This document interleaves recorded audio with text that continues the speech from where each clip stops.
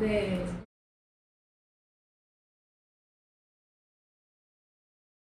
지금 디지털 기기를 통한 범죄가 가장 많고 그 중에서 성범죄도 디지털 기기로 된 성범죄가 요즘 많이 접수되고 있어서 많이 걱정이 큰데요.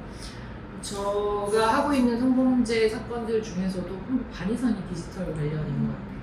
그래서 최근에 수행하고 있던 사건 중에는 오늘 안 그래도 지금 수사 결과 통지서가 방금 전에 왔어요. 한 건이 또. 이것도 보시면은 성범죄에 관련된 건데 성폭력 특례법인데 통신매체 이용 음란죄라고 해서 이렇게 왔어요. 그 통신매체 이용 음란 이 사건을 좀 설명드리면은 통신매체를 통해서 음란물을 전송하거나 음란한 부호나 문장이나 이런 것들을 전송하게 되면은 이제 걸리게 되는 범죄인데 이 사건의 경우에는 본인의 신음 소리를 녹음해서 상대방한테 보냈어요. 여러 차례. 사진을 합성하는 기능을 제공하는 그런 어플들이 있잖아요. 그런 걸 가지고 이제 좀 나체로 만든다든지 여성의 몸을 그래서 그거를 이제 유포한다든지 SNS에 올린다든지 아니면 어디 대화할 때 누구한테 준다든지 단체방에 올린다든지 이렇게 해가지고 이것도 또 많이 문제가 되고 있고요. 당연히 여러분들이 알고 계신 가장 문제가 많이 되고 또 걸리면 크게 처벌받는 몰카 사건들도 많이 있어요. 그 찍어서 그거를 당연히 저장만 하더라도 갖고만 있어도 그거는 당연히 범죄고요. 그거를 누구한테 전달해줘도 그렇고 누구한테 보여줘도 그렇고 본 사람도 걸릴 수 있고요. 이런 정도이고 이제 이런 거 말고 좀 황당한 것도 있는데 본인의 신체의 부를 찍어서 전송한 사건도 있거든요. 그것도 범죄예요.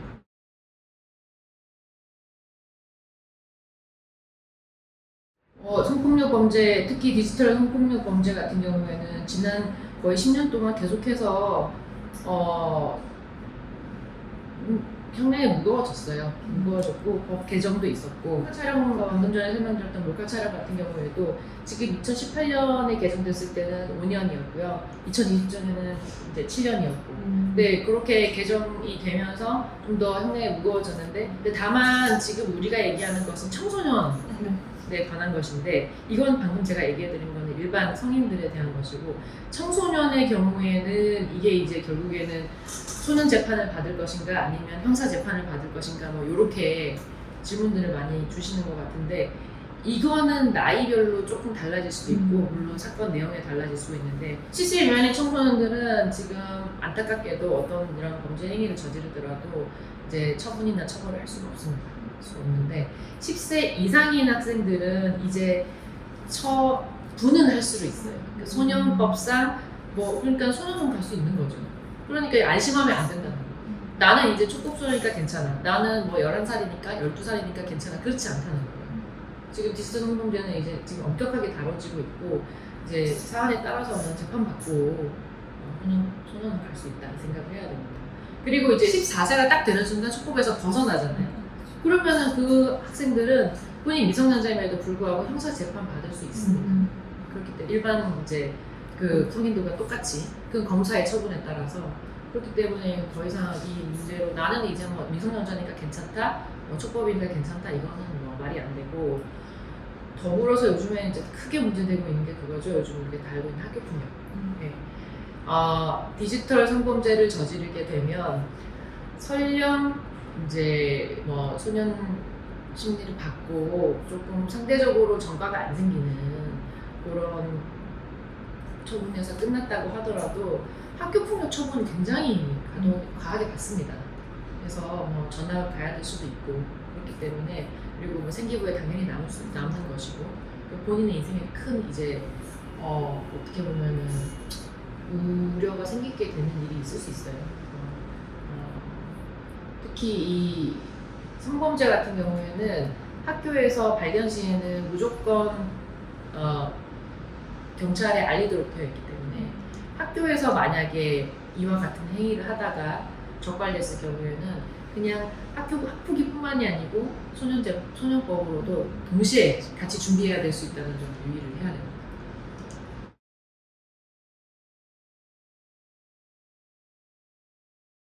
취할 조치가 상당히 많은데 제 생각에 가장 먼저 취해야 할 것은 일단 증거 보존입니다.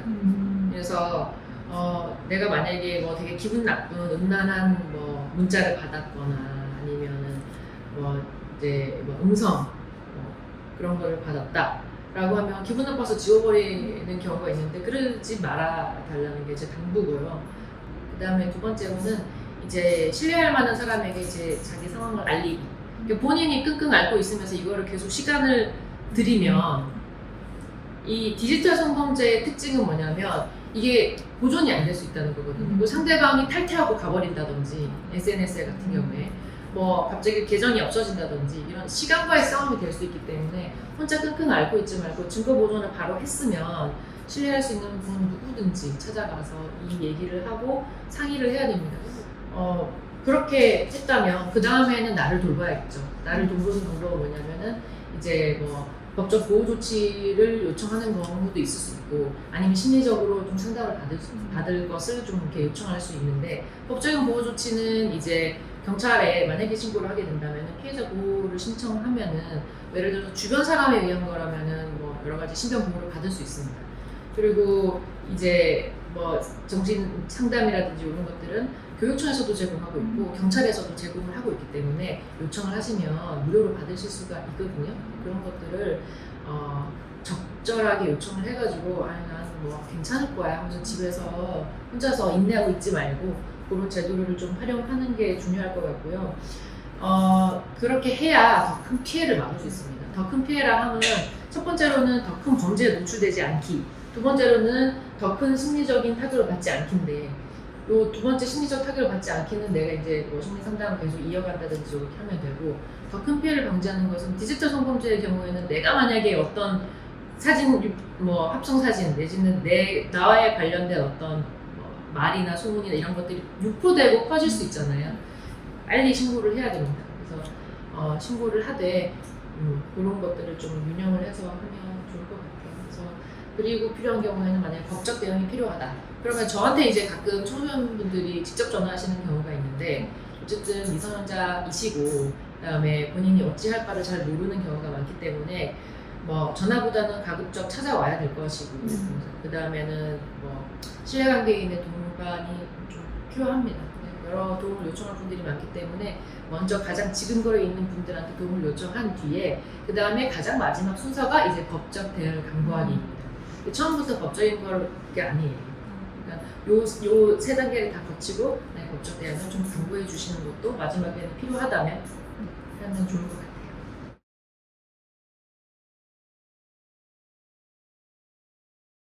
자, 이 지금 인터뷰를 물론 피해 학생뿐만이 아니고 뭐 학교 폭력으로 하면 가해 학생, 청소년 범죄로 하면은 이제 보호 소년이라고 우리가 부릅니다. 그래서 보호 소년이나 아니면은 가해 학생들이 이걸 시청하고 있을 수도 있는데 지금 만약에 경찰에 연락을 받았거나 아니면 학교에 연락을 받았거나 법원에서 연락을 받았거나 이런 소년들이 있다면 일단 절차를 잘 알아야 됩니다. 내가 만약에 두 가지 중에 하나겠죠. 내 입장은 하나는 나는 무죄 아니면은 하나는 나는 인정 둘 중에 하나잖아요.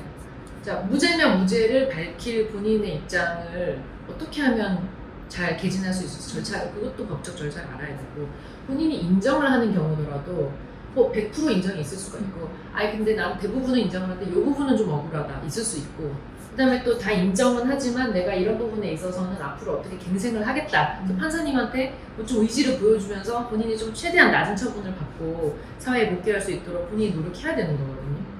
그렇기 때문에 어쨌든 법적 절차를 잘 알아야 됩니다. 숙지를 하고 앞으로 자기가 이제 거쳐가야 될 법적 절차들이 뭔지 알아가는 것이 첫 번째 제가 하는 조언입니다.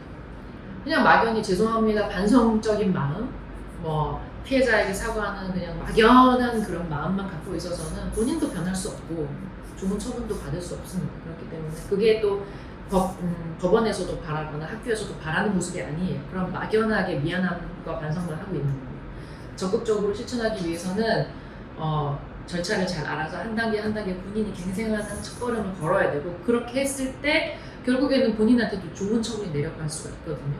그래서 그거를 제일 처음에 얘기를 해주고요. 그 다음에 두 번째는 당연히 저는 책임의식을 많이 심어주죠. 왜냐면 지금 이제 저하고 같이 하고 있는 가해 학생들, 그 다음에 고소년들도 마찬가지지만 지금 당장에 이 사건을 막는 것도 중요해요. 본인들한테는 본인이 억울한 거, 그 다음에 좀 인정하고 있는 거 이런 것들을 잘 이제 주장을 정리를 해가지고 학부기 신임위원님들한테 또는 이제 소년법정에 있는 판사님한테 잘 전달하는 것도 중요하지만 그분들이 결국에 관심사는 얘가 지금 이미 저지른 건 어쩔 수 없다. 재발할 거냐, 재범할 거냐 말 거냐 이거를 굉장히 관심 있게 봅니다. 그러니까는 제가 책임의식을 심어주고 너 이번이 문제가 아니고 재발하지 않을 것을 어떻게 입증할 건지 너가 그거에 대해서 앞으로 나랑 계획을 세워서 그걸 충분히 주장을 하자. 그렇게 해서 책임의식을 심어주고 이걸 준비하는 과정에서 부모님도 그래서 이제 그렇게 생각하는 거죠. 이 아이가 지금 이 이 비행뿐만이 아니고 앞으로 뭔가를 더 할 수 있잖아요. 그러니까 그걸 차단하는 효과도 이걸 같이 준비하면서 있는 거거든요. 그래서 계속해서 책임의식을 많이 심어줍니다. 아, 내가 범죄를 저지르면 이렇게 되는구나. 이렇게 노력을 많이 해야 용서를 받거나 아니면 경미한 처분을 받을 수 있거나 하는 것들을 무겁게 느끼도록 많은 걸 시킵니다, 제가.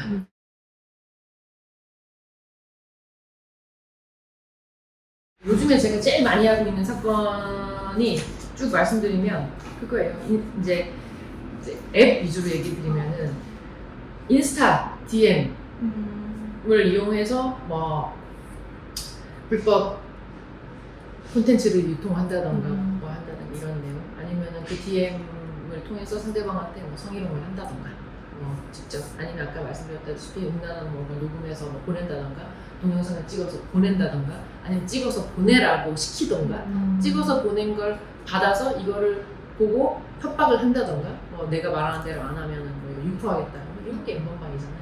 그런 게 가장 이제 좀 기본적인 것 같고 그다음에 이제 어플을 통해 가지고 뭐 나체 사진을 만든다던가 뭐 이렇게 해가지고 그거를 이제 SNS에 게시글로 올린다든지 아니면 단체창에 올린다든지 상거래 비슷하게 다른 사람들한테 주고 팔거니 한다든지 그다음에 익명 앱 같은 걸 통해서 내가 문자를 보내서 모욕을 한다던가 아니면 성희롱을 한다던가 너 한번 너 막 되게 뭐 어떻게 생겼네 뭐 어디서 너 사진 봤는데 뭐 이렇게 계속 보내시는 분이 있어요.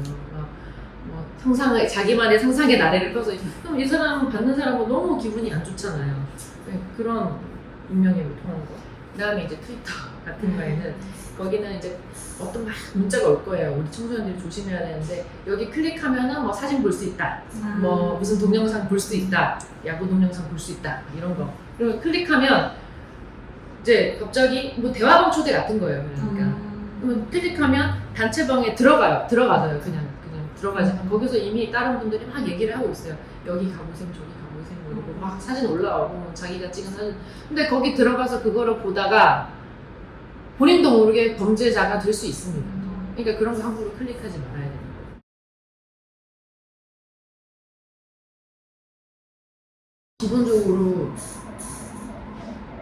변호사가 이런 말 하면 안 될 수도 있는데 규제 이런 말을 잘 별로 좋아하지는 않는데 자, 딱 보세요. 청소년들 입장에서 규제라고 들으면 일단 반감되지 않아요? 규제보다는 청소년 자신들이 절제가 필요한데 자기 자신을 보호하기 위해서라도 근데 외부적인 규제를 한다고 하면 지금도 많이 하고 있어요. 사실은 이런 처벌들이 다 규제죠. 그런데 왜 저지르겠어요? 그걸 우리가 파악을 해봐야 될 것 같아요. 물론 범죄는 왜 일어나는가라는 되게 원론적인 문제이긴 하지만 우리가 디지털 범죄가 특히 청소년 사이에 확 이렇게 증가했던 게 코로나 때부터 이제 시작을 했거든요. 최소한 논문들도 많고 그렇겠지만 저는 그냥 좀 사건을 수행하면서 느낀 것은 이 친구들이 디지털이 범죄의 수단에 껴버리면 사건의 심각성을 잘 모르는 것 같아요. 그래서 손쉽게 저지르는 것 같아요. 그러니까 내가 사람 면전에 대고 이렇게 성희롱을 하는 거랑 그냥 온라인상에서 하는 거랑 타격감이 자기가 하는 거에 대해서 이게 뭐 큰일이야 라고 느끼는 거에서 손쉽게 하는 게 아닌가. 그러니까 뭔가 규제 뭐 이런 것도 굉장히 좋지만 그런 거에 대해서 아까 되게 질문 잘 해주셨는데 이거 재발 혹은 발생 안 하게 하려면 책임감 느끼게 해줘야 되거든요. 그런 교육 많이 해야 된다고 봐요. 그래서 그 교육은 아주 어렸을 때부터 해야 되고 학교 폭력이 됐든 청소년 기행이 됐든 이런 것들을 좀 저는 과감하게 교육할 필요가 있다고 생각을 하고 굉장히 붕뜨고 이제 뭐랄까요 좀 손에 안 잡히는 그런 활자 중심의 그런 일반 교육 말고 아까 얘기했던 어떤 법적 절차가 앞으로 쫙 펼쳐질 거고 너네가 이런 문제를 저지르면 어떻게 될 수 있고 이런 것들에 대해서 좀 명확하게 그냥 직설적으로 가르쳐 줄 필요가 있을 것 같습니다.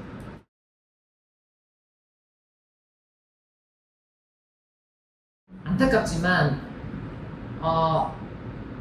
내가 피해받은 사실에 대해서 신고를 하고 학교 폭력 절차가 진행되고 경찰에 신고해가지고 조사받고 상대방이 처분받고 소년재판 가고 이런 것들 써서 올리면 명예훼손 될 수 있어요.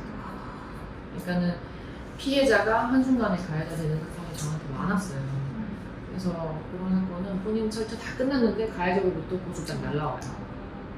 너무 억울하잖아요. 근데 걸릴 수 있습니다.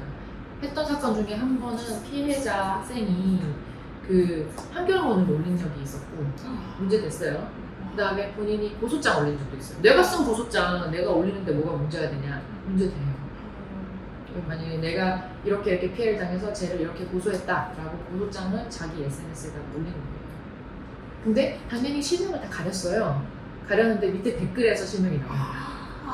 우리가 명예훼손은 요건이 특정이잖아요. 특정. 그러니까는 어떤 사람이 특정되면은 그래서 본인이 아무리 이제 가렸다고 하더라도 그 게시물 상에서 전체적인 이제 종합적으로 취지를 봤을 때 누군지 누구나 봐도 알 수 있는 경우라면 이런 거 있잖아요. 무슨 중학교에 예를 들어서 해땡남이라고 했는데 누가 땡모땡 이렇게 올린 거야. 그러면 해모남 이렇게 되잖아요. 그런 식으로 올린 댓글을 포함해서 특정이 다 될 수 있으면 그래서 조금 억울하고 내가 이런 피해를 당했다고 좀 알리고 싶은 마음도 알고 있지만은 그렇게 하면 또 역으로 고소당할 수 있으니까 이해해야 됩니다.